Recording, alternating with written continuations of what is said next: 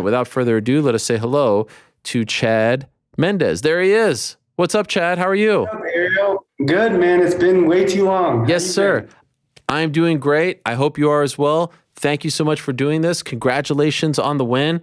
Could I ask just off the bat, because that stuff is pretty brutal, like how are you feeling? I know we're a few days removed. How is your body? Yeah. How are your hands feeling?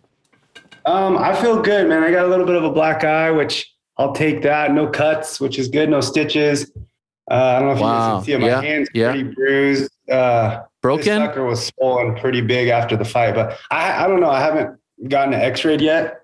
I mean, it's sore to touch, but it doesn't hurt using it. I was shooting my bow yesterday, so we're good to go there. As long as I can do that, I'm fine. Was it tougher than you expected? No. I mean, I was preparing mentally for probably the hardest thing in my life, hardest fight in my life, hoping that it would be anything easier than that. I just didn't know what to expect, what it was going to feel like, getting cut up. Watching some of those fighters come out from their fight back into the locker rooms before me was pretty crazy, man. Some people's eyes were completely shut, gashes from one side of the face to the other. You know, I saw people getting multiple stitches right there. So yeah, I didn't really know what to expect getting in there, but all in all, looking back on it now, man, I think that was the probably most fun I've ever had through any training camp. The best I've ever felt leading up to it. I don't feel like I was overtrained at all. It was a full almost a year long process from when we started talking and I jumped right into training again to the actual fight. So it was the longest preparation for any one single fight that I'd had.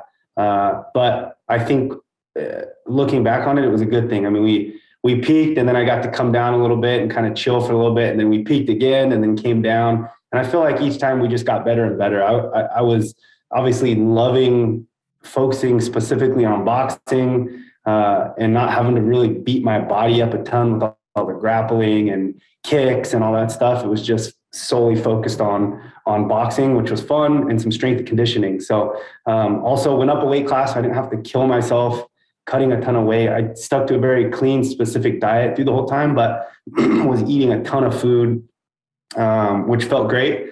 And then getting in there and doing something that was completely new. There was a really big excitement about it for me. I thought it was really fun. And obviously the outcome was perfect in my favor. So, all in all, it was a good time. Okay. So a few follow-ups there.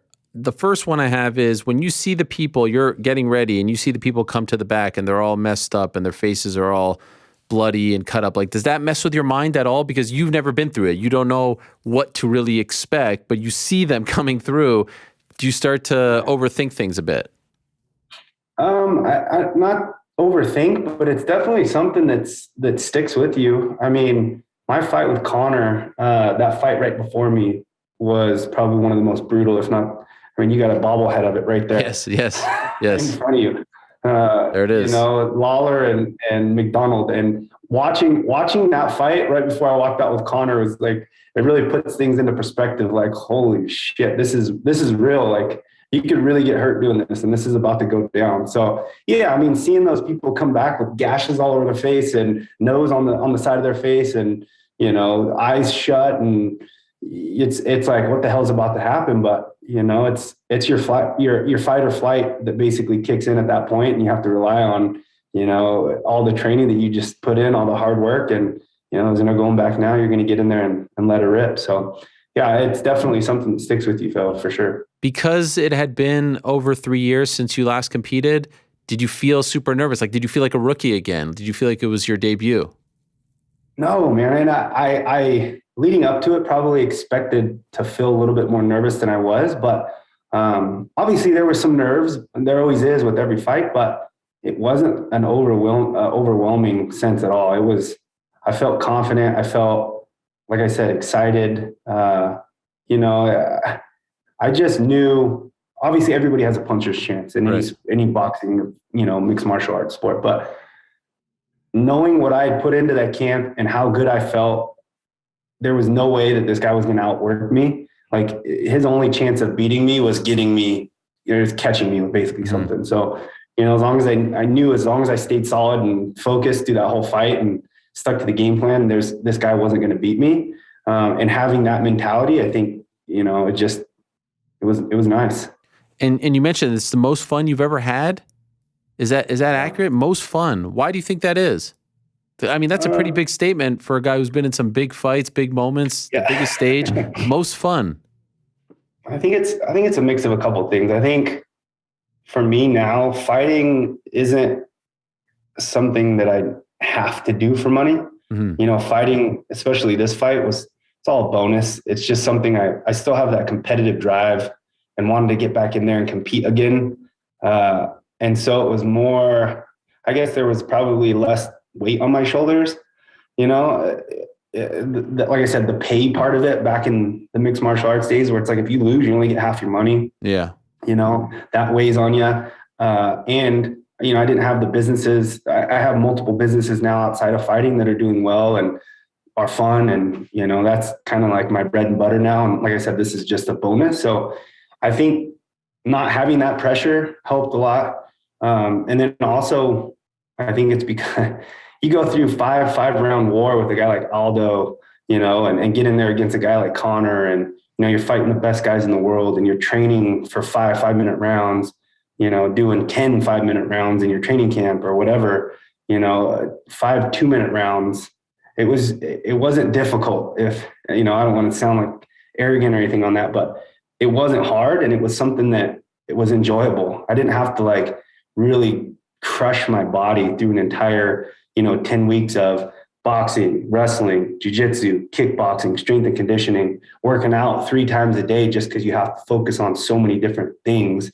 It was boxing. I'd get in and do 2.5 hours of training, and maybe mix in some strength and conditioning later in the day for an hour or something like that, or just do one solid 2-hour session of boxing training with a little bit of cardio or conditioning at the end of that.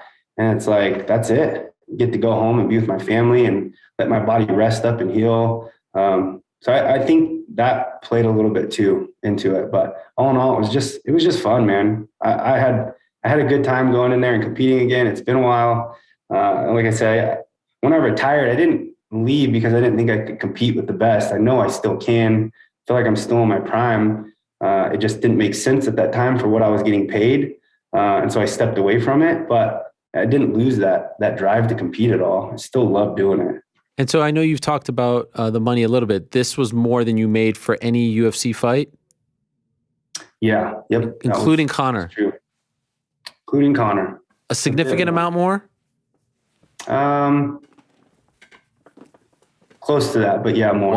Wow. And how does that make you feel? Because obviously you've had some big obviously you're happy about the money, but is there a part of you that's like, damn, I should have done things, I deserve to get a lot more back in the day for those big events?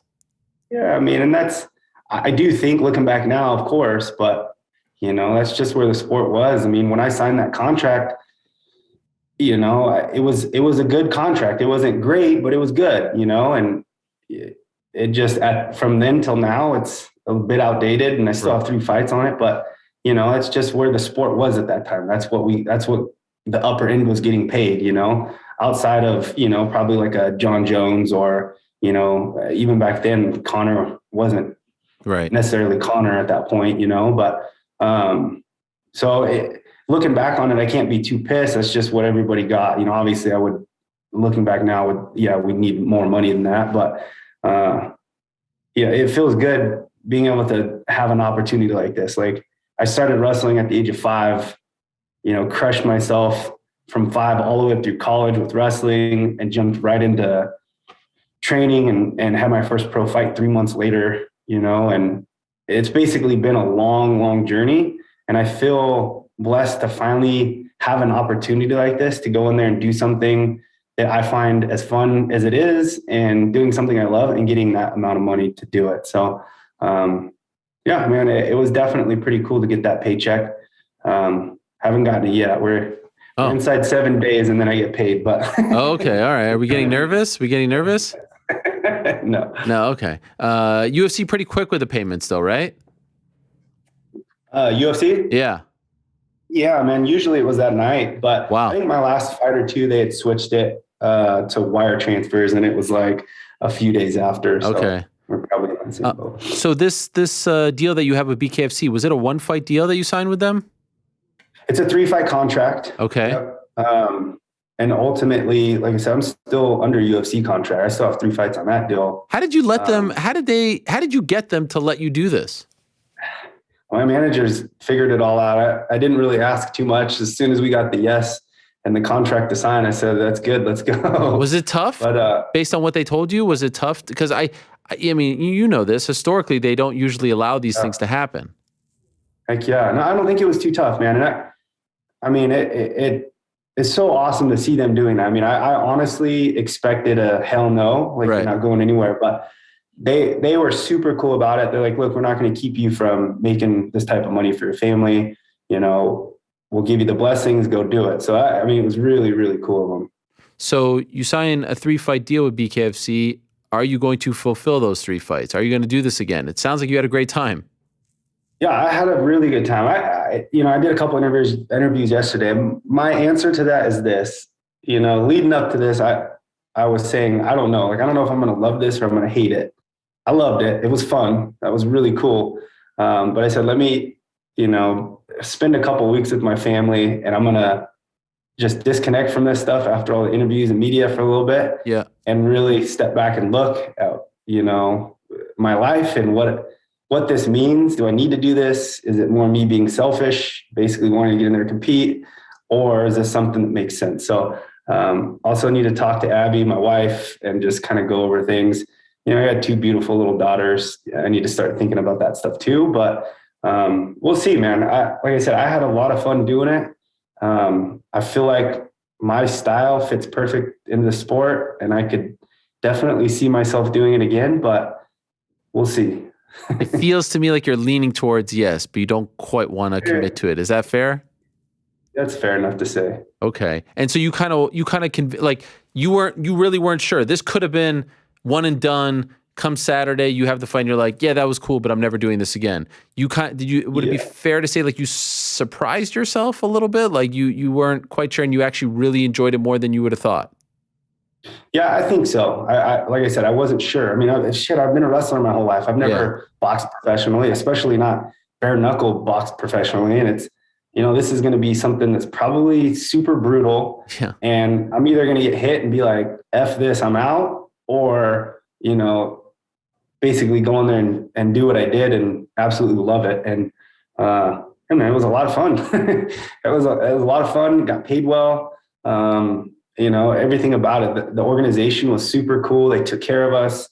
All in all, it was a great experience. So, like I said, ultimately it's going to come down to me stepping back and looking at the big picture here and weighing things out with my wife. I know she's not really a huge fan of it, which is understandable, but we'll see, man. We'll definitely see here soon. Would she have preferred if you didn't do this? Yes, 100%. Wow. So did you have to convince her? Yeah. It was a bit of a convincing even just to do this one. Oh, wow. Just to get this okay. contract signed. So, did she go with you to the fight? No, man. We just had another baby girl in November. So wow, congrats. Thank you. Yeah. So she stayed home with the baby, and we have a toddler as well. So she was home. We had a viewing party and everything. A bunch of our friends came over and she watched it with them. So she watched it. She didn't abstain from watching it. Yeah. She kind of watched it. She bounced the baby in the kitchen, like a ways away, kind of peeking. But, yeah, that was the first fight that since we've been together that she has not been to. Wow. All my fight. Dating back to which one?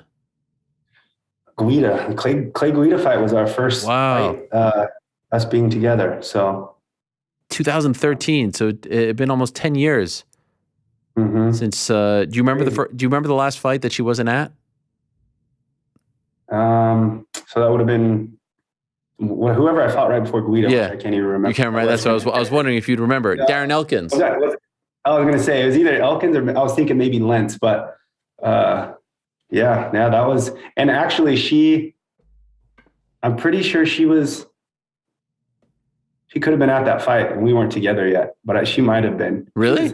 Just as a fan? Yeah. So I met her through, her boss, who actually owned a VA mortgage company in Utah, she worked there at the mortgage company, but he was a huge fight fan and actually had showdown fights in Utah. Oh, right. He owned that Yeah. yeah. A lot of our fighters would go over there and compete on it and stuff. And so he would bring a lot of the people that worked at the office to a lot of the fights. So I'll have to ask her now. Now that we're talking about this, I'm almost positive she was at that fight. Okay, so maybe the last one was Yatzin Meza back in 2012. Australia. That was in Australia. No chance she was at that one. She for sure was not. Yeah. As far as training for this, obviously you say you're training boxing, but like you can't ever train bare knuckle, right? No, I mean, you hit mitts, bare knuckle, you hit some bag, bare knuckle. Wow. You do technical work, bare knuckle, like me and Emmett were doing, just movement, kind of throwing at each other like we would with like puffies on, like small MMA gloves.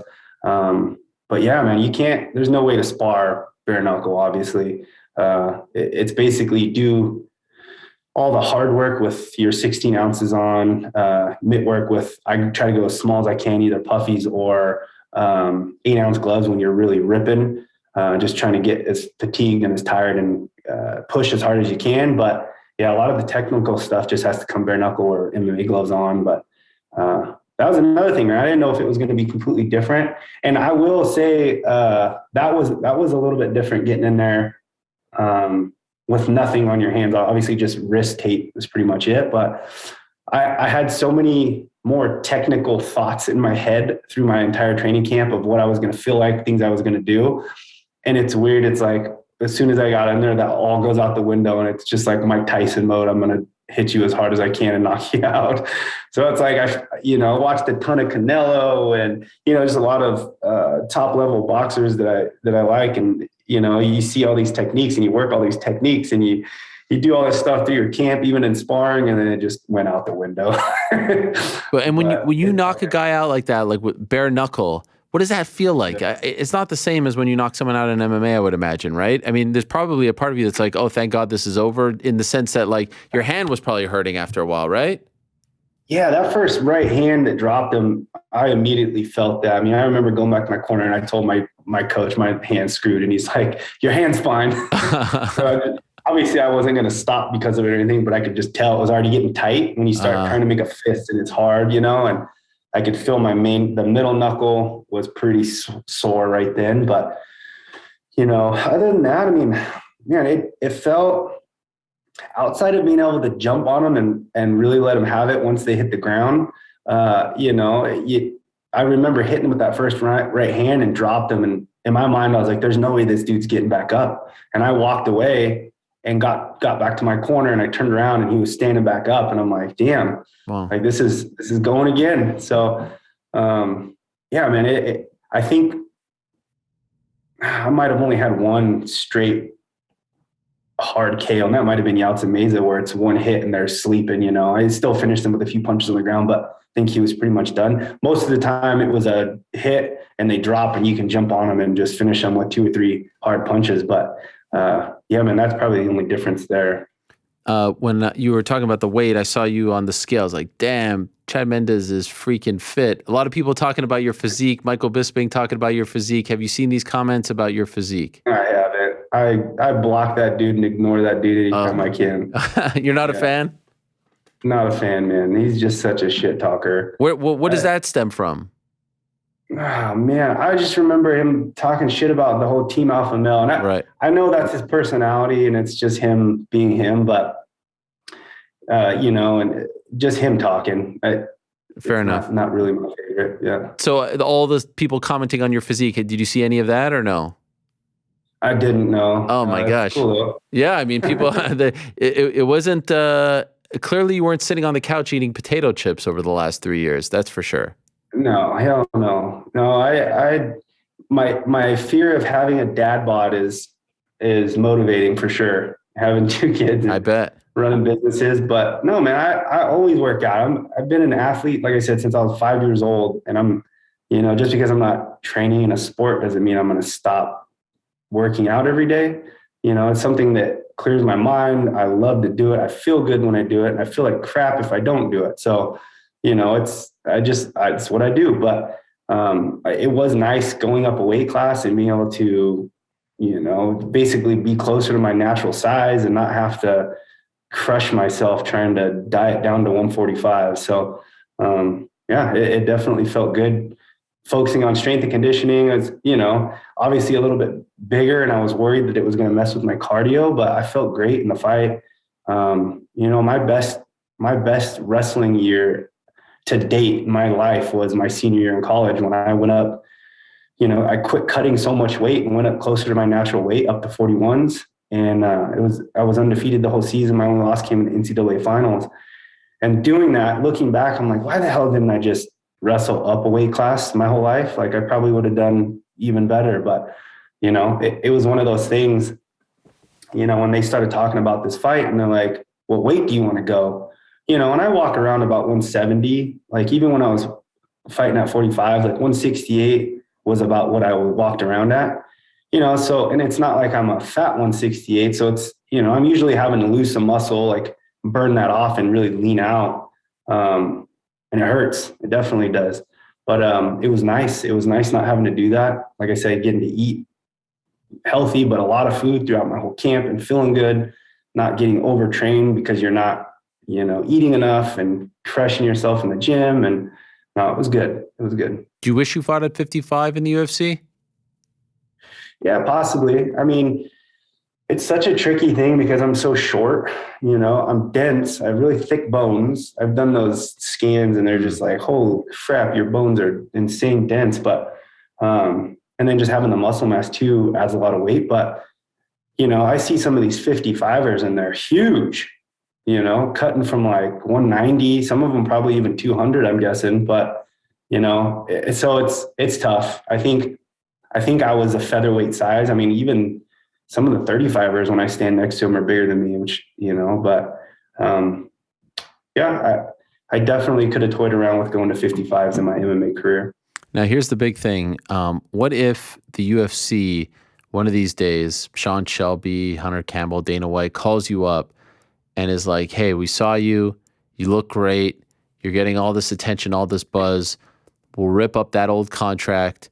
We want to talk about a new contract. Are you open to that? Because you've said you're not coming back for that money, but what if it's for new money? Yeah, I mean, I'd be open to talking, but I mean, it would have to be really good money, Okay. Mainly because, I don't know, man.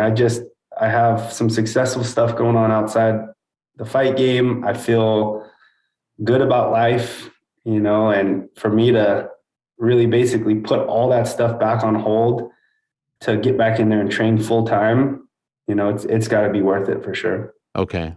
The successful things, Fins and Feathers, one of them, right? Yeah. Fins and Feathers. We just launched a cookbook. Here's a little plug for it. Wow. Provider. We got 10 different rubs. We got a rub company, and then we got a beef company too, American Almond Beef. So wow.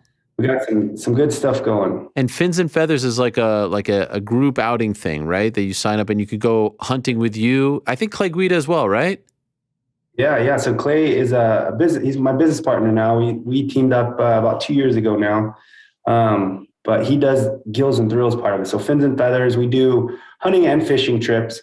Guida's side of it, and basically what we do is we do hunting and fishing trips all over the world, and we add different UFC fighters or pro ball players, actors, whatever it may be, on the trips with clientele. So they get to go on a cool hunt, but then do it alongside somebody that they watch on TV or whatever it may be. And then Guida's side of it's really cool. He does strictly fishing, but he pairs it with some type of entertainment. So say there's like a big UFC fight in Florida, he'll take you guys out there day one and you'll do some like tarpon or Goliath grouper fishing all day. And then the next day you go to the fights and he'll get you like some type of VIP treatment. So it's a entertainment and fishing type setup there. So it's a cool mix, man. I love Clay to death, man. He's the nicest guy in the world. Working with him has been awesome. My other business partner, Mike Papa, is a huge help as well. So we launched that back in 2015. I think one of our last interviews we were talking about it today. So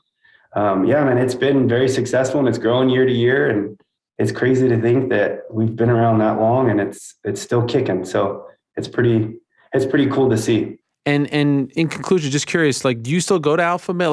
Like in those 3 years, would you still go help guys out, train, or were you at least staying away from the gym? I mean, every once in a while, my main focus, I moved a little over an hour away from Team Alpha Male. So, if I was there in Sacramento already, or if I had something planned down there, I would go peek in and help or train or whatever. But I'd say the last year though, with this bare knuckle debut, I've been in there pretty much every day, training and working with guys and doing that. But, I don't want to stop. Whether I fight again or not, I want to keep getting down there and training. It's good for everything, man. Mental. Yes. It's a good break from all the real life stuff to just get in the gym, shut it off, and punch some stuff. Yeah, I bet. Well, congratulations on your debut. Great stuff. You looked fantastic. Great finish. It was great to see you back. It was a little nostalgic as well for the fans who have been watching you, covering you for all these years. And I like that the door is a little bit open. We're not closing it shut. We're going to see. If I were to bet, I think we see you again, but I'll leave that up to you. I'll leave that up to you and your wife. Right. I don't want to cause a fight between you and your wife. Thank you for doing this, Chad, and really great to talk to you again. Yeah, always good talking to you, man. Hope you're well, and let me know if you ever want me on again. I'll jump on with you. Absolutely. Absolutely. We'll talk to you soon. There he is, Chad Money Mendes.